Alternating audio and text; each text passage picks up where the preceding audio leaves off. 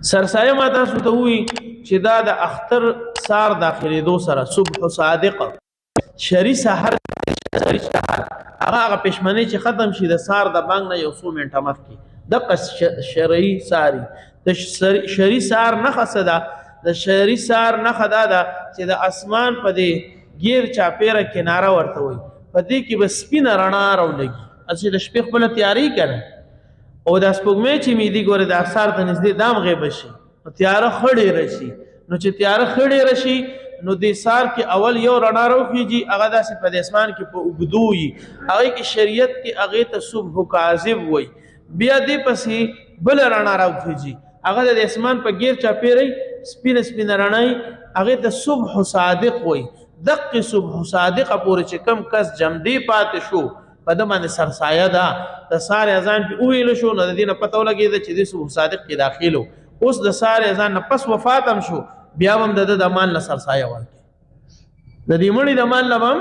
سرسایه ورکې کو د سار صبح صادق نه مخکې وفات شو د اختر پشپه وفات شو داغه سرسایه بچا نشته کم معشوم داسي چې هغه معشوم د اختر د صبح صادق نه مخکې وشو د اختر پشپه شو تدبم سرسایه پلار ورکړي کو معشومي کم معشوم د صبح صادق نه پس شو داغه سرسایه نشته اختر بورز شو داغه سرسایه نشته سرسایه د پاره خو صورت ده چې د اختر د مانځنه مخکې ادا کې هغه چې ارسوم رته مخکې ادا کې خو زمونږ علاقو کې دا رواج به یو له سره خم دی چې په واخ ادا کې ځکه غریب په ځان لسکي سرسایه څه پیسې خو بیا هم د باز غریب داسي چې دغه په ډیر سوشي ها سرسایه کو د اختر مانځنه مخکې ادا نکړه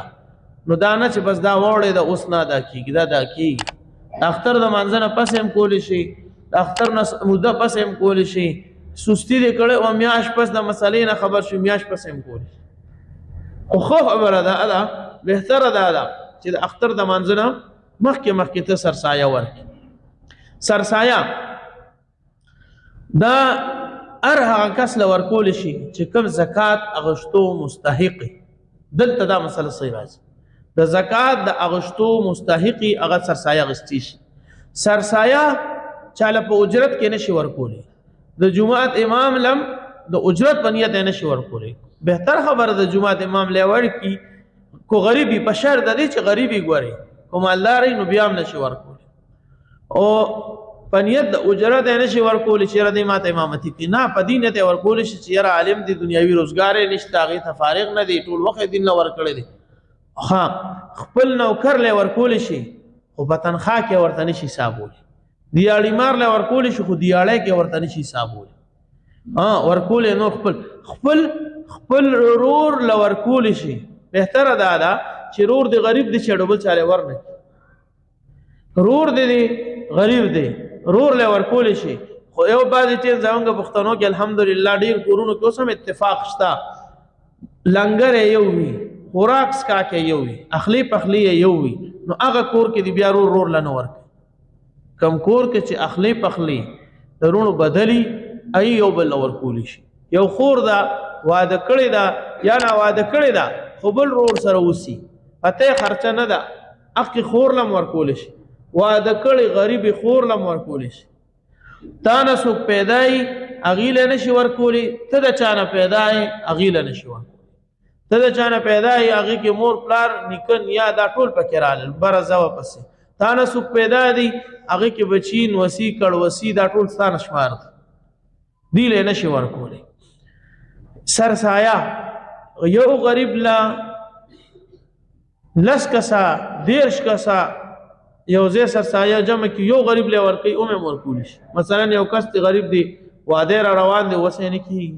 قرضی دی په خلکو تنگ کړي دی پیخي گیر دی محلي والا سلام کړه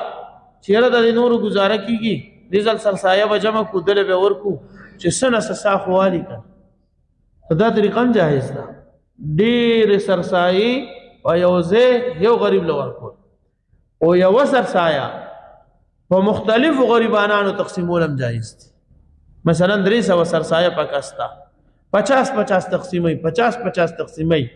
سرسایه پنیت شپک کسو باندې یو سرسایه تقسیم کړه دام جایز دي خو خبره به ځکه نه چې په 50 به د چا څه وشي. بهتره دا ده چې دومره ورکړي چې د سړي پسې ګزاره وشي. سرسایه کې یو سړی وایي چې زه 1500 ورکوم، په ما 300 دي خو زه 1500 ورکوم، څوک وایي زه 1000 ورکوم. خبره ده د بچو د سر صدقه ده شو، ستا د سر صدقه شو، د ډېرو مصیبتونو بلاګانو نه به خلاص. سرسایه ما تاسو ته وی چې د چا د اړخ نه ورکول شي، نابالغ اولاد د اړخ نه ورکول شي. د خپل نابالغ اولاد چې مالدار نه، بعض ټیم نابالغ اولاد دي هم مالدار هغه بسنګي، مثلا مور امړه شو او هغه سونه پرې خاله، یې مہر کې زمکه واغې پرې خاله، هغه سونه کلا تقسیم شوی نم ده، خو شرن دا تقسیم حساب شو. کو یعنی دا چرته تقسیم شي نو هر بچی د بدوم رئیسره شي چې دا بچی به مالدار شمارل کیږي، د 1.5 لک نه به برابر یا 1,45,000 نه به برابر د بچی رسی.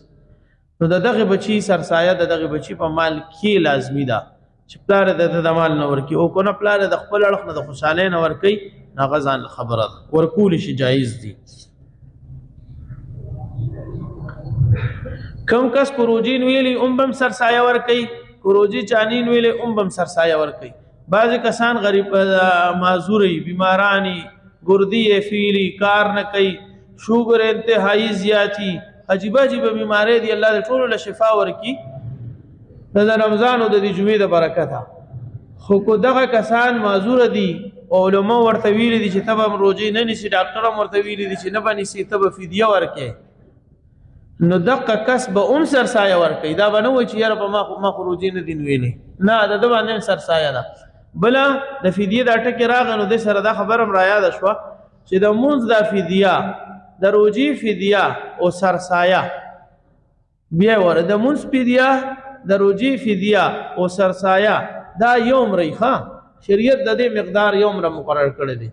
بعضې کس به تپوسو کې جی سرسایه څومره ده، ته به د 300 بیا به وایي د پلار منځونه پاتې دي د هغې څومره، بیا وایي د روزي څومره، د دې درې واړو بس یو حکم وي. البته دومره یاده ساتئ چې د یوې روزي په سر 300 روپۍ دي، نو دغه شان د یو مونځ په سر 300 روپۍ دي. مونځ دا شپږ مونځ شمیرل کېږي، د ورځې څو مونځ شمیرل کېږي؟ شپږ، 5 فرض مونځونه، یو واجب وتر. د وتر واجب د اړخ نه هم یو سرسایه به قدر د ورکې فدیه.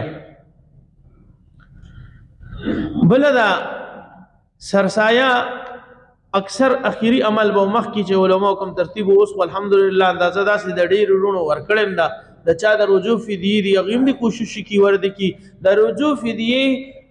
هغه کس په خپل ژوند ورکولی شي چې د کم علاج ناممکنه ډاکټران وایي چې دا ناممکن علاج دی، ګردې یې ختمې دي، دی به روزي نه نیسي، دی د فدیه ورکوي. په عمر کې په ده داسې چانس موقع نشي راتلی چې ده ته دا موقع میلو شي چې دی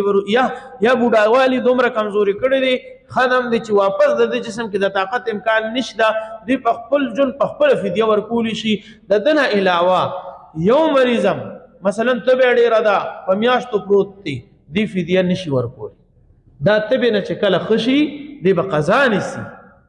دی به څه کوي؟ دی به قضا نیسي. کم کس کو فدیه ورکړي